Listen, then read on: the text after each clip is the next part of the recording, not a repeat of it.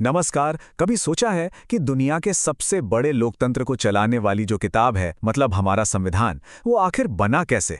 चलिए आज इसी दिलचस्प कहानी को जरा समझते हैं। तो सवाल यही उठता है कि जब भारत आजाद हुआ तो करोड़ों लोगों, सैकड़ों भाषाओं और न जाने कितनी संस्कृतियों वाले इस देश को एक साथ जोड़ने वाले नियम आखिर बने कैसे? ये कोई छोटी-मोटी चुनौती नहीं थी। आइए देखते हैं कि ये सब हुआ कैसे। वो साल था 1947। आज़ादी का जश्न तो था, पर उस जश्न के साथ साथ एक बहुत बड़ा सवाल भी खड़ा था। सैकड़ों सालों की गुलामी के बाद अब भारत अपने पैरों पर कैसे खड़ा होगा? देश को चलाने का आखिर रास्ता क्या होगा? देखिए, एक बात तो साफ थी। अंग्रेजों के बनाए कानून अब हमारे काम आने वाले नहीं थे।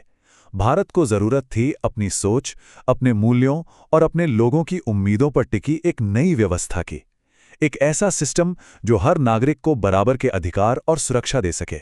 तो फिर इतने बड़े और मुश्किल काम को पूरा करने के लिए कौन आगे आया?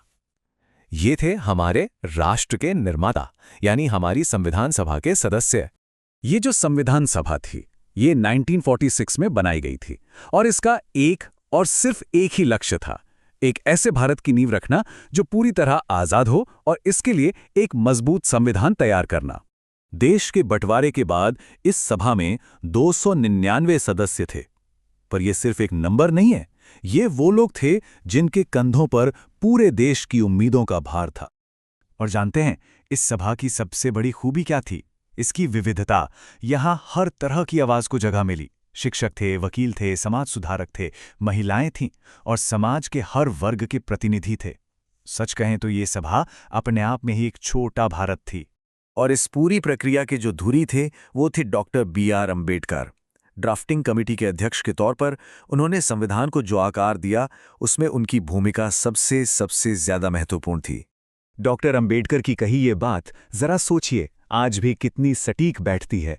उनका मानना था कि कानून कितने भी अच्छे क्यों न लिख दिए जाएं, अगर उन्हें लागू करने वालों की नीयत साफ नहीं है तो वो सब बेकार हो जाते हैं।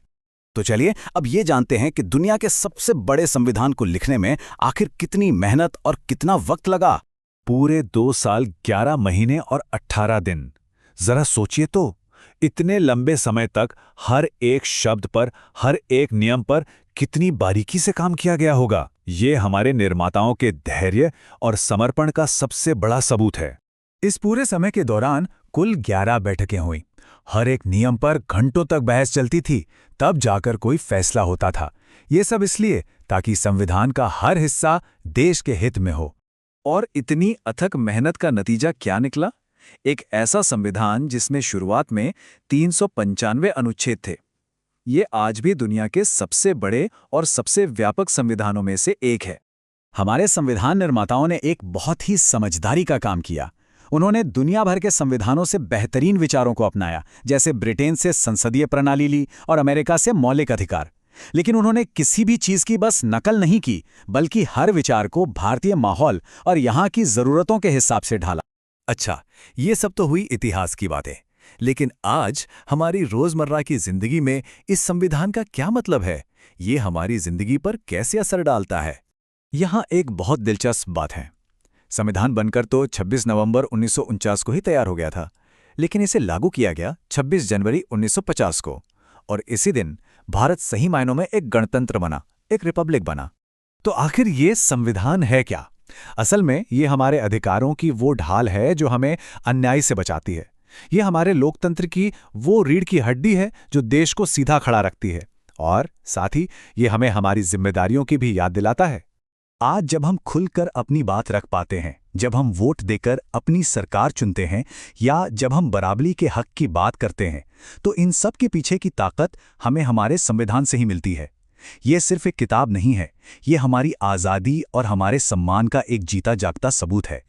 इसको ना एक सिक्के के 2 पहलुओं की तरह समझिए।